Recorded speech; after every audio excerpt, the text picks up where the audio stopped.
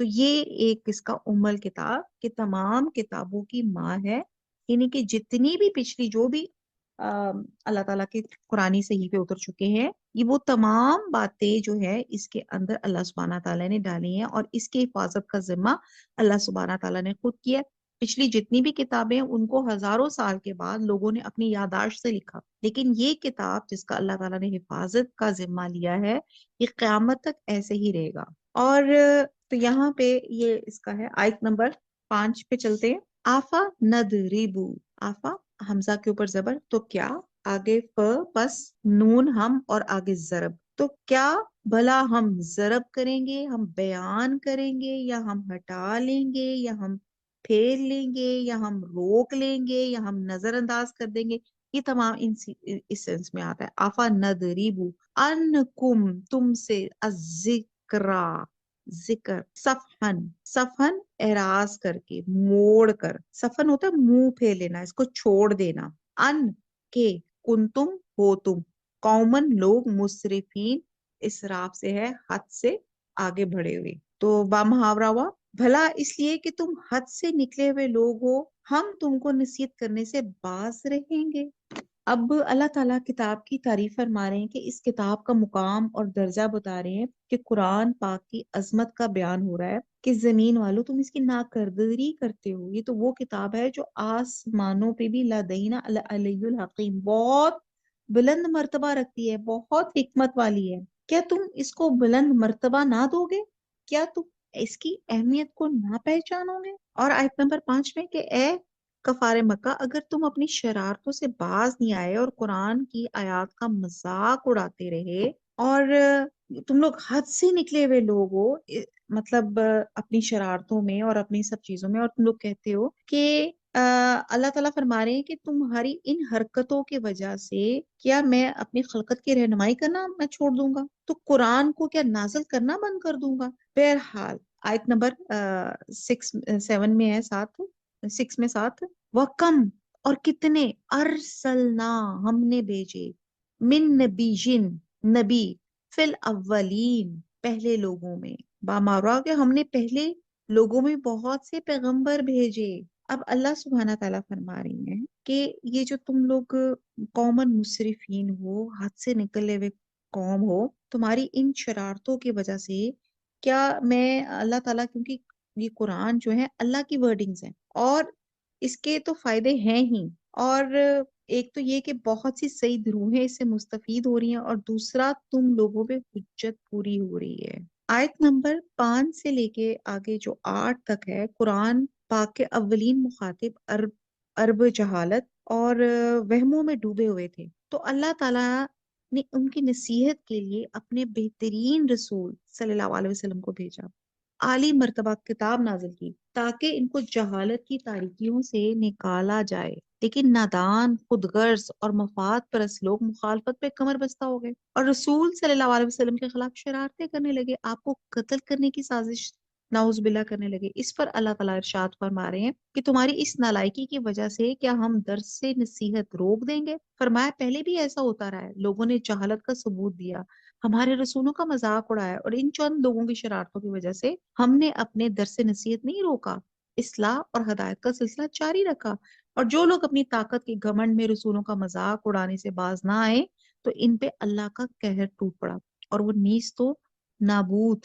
ہو کر رہ گئے۔ تو آیت نمبر 7 کو 7 آگے پڑھتے ہیں، اس میں وہی چیز کا بیان ہے، وَمَا، اور نہیں، یَأْتِیہِم، آیا ان کے پاس، من نبی جن، کوئی نبی، الا مگر، کانو، تھے، بھی، ساتھ اس کے، یستہزئون، استہزا ہوتا ہے مذاق اڑانا، مذاق کرتے، با محاورہ ہوا آیت نمبر 7 کا، اور کوئی پیغمبر ان کے پاس نہیں آتا تھا مگر وہ اس کا تمسخر کرتے تھے۔ آپ دیکھ لیں کہ جتنے بھی حضور صلی اللہ علیہ وسلم تک جتنے بھی نبی آئے ہیں، جب اللہ تعالیٰ کے وہ احکامات لے کر لوگوں تک پہنچائے تو لوگوں نے ان کا مذاق اڑایا، ان کو جھوٹا ثابت کیا، اور ان کو بہت سی اذیتیں عطا فرمائیں۔ اس لیے اللہ سبحانہ تعالیٰ فرما رہے ہیں آیت نمبر 8 میں، فَأَهْلَكْنَا، اہلکنا ہلاک، میں نے پس ہلاک کر دیا ہم نے، اشدہ، زیادہ سخت، منہم، ان میں سے، بطشن، بطشن ایک نیا ورڈ ہوگا، اس کو آپ انڈر لائن کر لیں، بطشن ہوتا ہے گرفت، پکڑنا، سختی اور قوت کے ساتھ پکڑنے کو بطش کہتے ہیں۔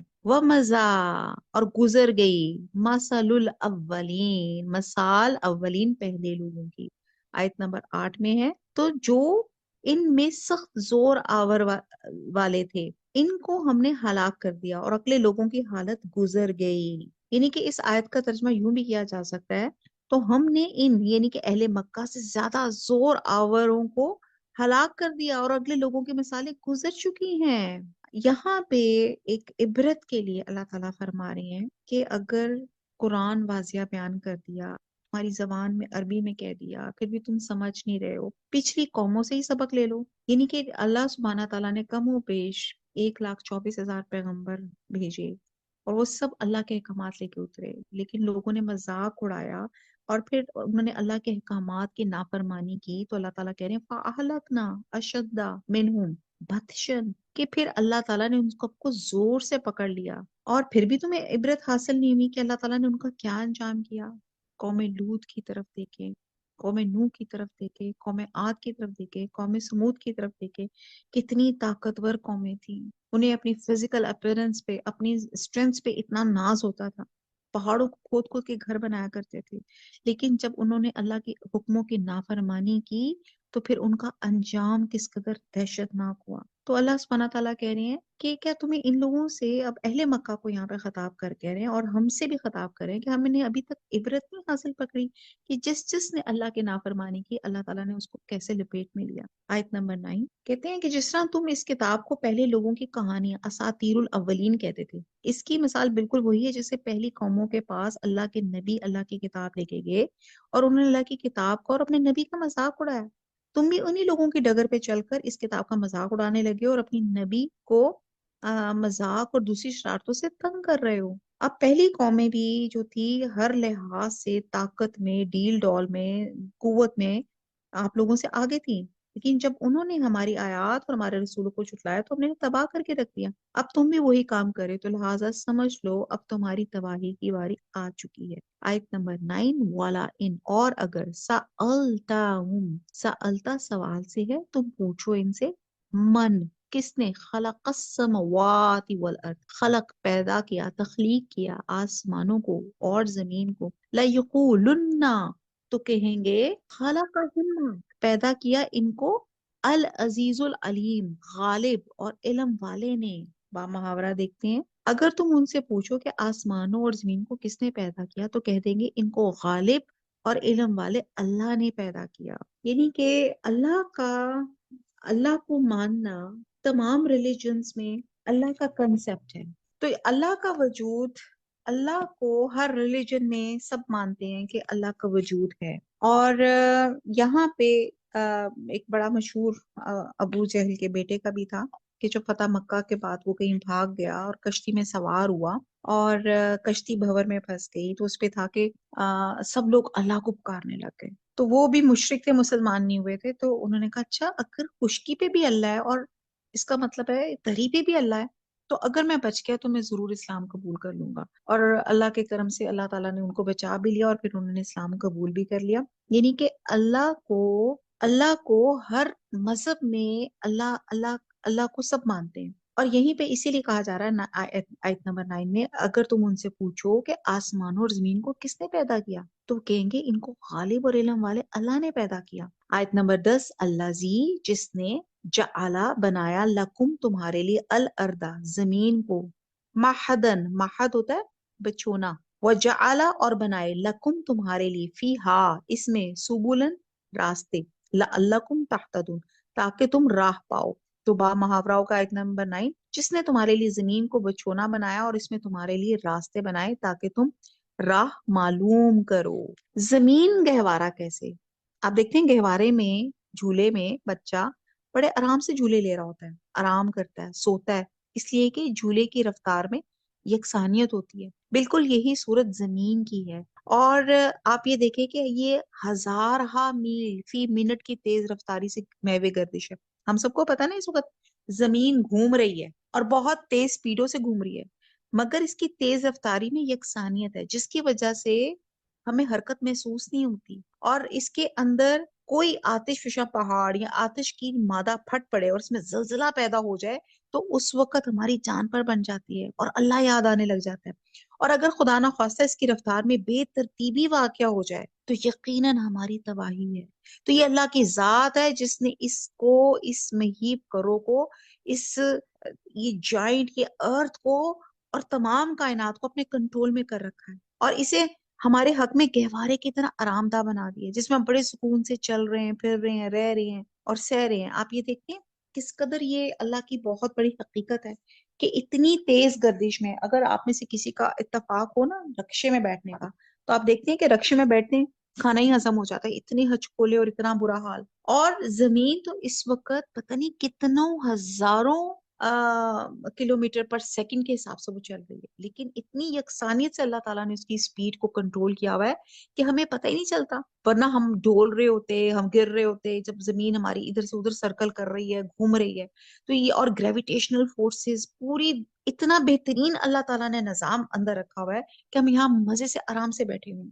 اعوذ باللہ من الشیطان الرجیم، بسم اللہ الرحمن الرحیم. ایکچولی بہت ہی امپورٹنٹ ٹاپک تھا اور اس میں آپ سائنس کے کرشمے اور اللہ کے میریکلز جو ہے اس آیت میں آپ کو نظر آتے ہیں کہ اللہ سبحانہ تعالیٰ فرما رہے ہیں. آپ ورڈنگز کو آپ غور کریں کہ اللہ تعالیٰ کہتے ہیں کہ میں نے زمین کو مہدن بچھونا بنا دیا اور تمہارے لیے اس میں راستے بنا دیے تاکہ تم ہدایت پاؤ. اللہ تعالیٰ کہتے ہیں غور و فکر کرو. اب بچھونا بنا دیا. اب اور زمین گہوارہ کیسے ہے؟ گہوارے میں بچے بڑے آرام سے جھولے لیتا ہے، آرام کرتا ہے، سوتا ہے. کیونکہ آپ دیکھتے ہیں کہ جھولا جب بچے کو دیتے ہیں تو وہ اس کو ایک سکون والی کیفیت آ جاتی ہے. تو آپ اندازہ لگائیں کہ اس وقت یہ زمین کتنے ہزار میل فی پتہ نہیں سیکنڈ کے حساب سے گھوم رہی ہے اور اس قدر تیزی سے گھوم رہی ہے اور ہم میں سے کسی کو چکر نہیں آ رہے، ہمارے کو گر پڑ نہیں رہا. کس قدر اللہ تعالیٰ نے گریویٹیشنل فورس، میگنیٹک فورس، تمام چیزوں کو اتنا قابو میں رکھا ہوا ہے کہ انسان کے لیے وہ تمام سودنگ ہو گیا کہ انسان کے لیے اس زمین میں چلنا پھرنا بہت آسان ہو گیا ہے. پھر اسی آیت کا جو دوسرا ٹکڑا ہے جعل لکم فیہا سبلن، کہ تمہارے اس میں راستے بنا دیے گئے. اب راستوں سے راہ پانے کے دو مفہوم ہیں. اللہ تعالیٰ نے زمین بنائی تو ایک جیسی نہیں بنائی، کہیں نشیب ہے، کہیں فراز ہے، کہیں پہاڑ ہیں، کہیں ریت کے تودے ہیں اور پھر ان پہاڑوں کی بلندی بھی یکساں نہیں، کہیں کٹاؤ ہیں، کہیں درے ہیں، کہیں ویلیز ہیں اور جنہیں پار کر کے انسان ایک پہاڑ سے دوسرے پہاڑ کی طرف ٹریول کرتا ہے. پھر ان پہاڑوں میں وادیاں بنائی جو پانی کی گزرگاہیں ہیں اور انہی گزرگاہوں پر چلنے کے راستے بنا دیے گئے. پھر زمین پر بے شمار امتیازی نشانات بنا دیے گئے اور ان سب کا فائدہ یہ ہوا کہ انسان انہی نشانات اور راہوں کی مدد سے دنیا کے ایک حصے سے دوسرے حصے تک سفر کرتا ہے اور بھولتا نہیں. اور اگر ایسے نشانات نہ ہو اور ساری زمین ایک جیسی ہو تو انسان کے لیے سفر کرنا جو ہے بڑا مشکل ہو سکتا ہے اور نہ ہی راستے بن سکتے ہیں. راستے ایکچولی انسان ہی بناتا ہے، لیکن چونکہ راستوں کے ذرائع اللہ تعالیٰ کے پیدا کرتے ہیں اس لیے انہیں براہ راست اپنی طرف منسوخ کیا. تو اس آیت کے دو مطلب ہیں، ایک تو ترجمے سے واضح ہے اور دوسرا کہ ان امتیازی نشانات پہ غور کر کے ہدایت کی راہ پا سکو، اللہ کی معرفت حاصل کر سکو. سبحان اللہ. اور امید ہے اللہ تعالیٰ ہمیں بھی اس کی معرفت اللہ تعالیٰ سے یہ ملی ہوگی جو اللہ تعالیٰ یہاں بتا رہے ہیں. اچھا جی، یہ 10 ہوگی. اس سلسلے میں کسی کو کوئی سوال جواب ہے تو آپ کر سکتے ہیں.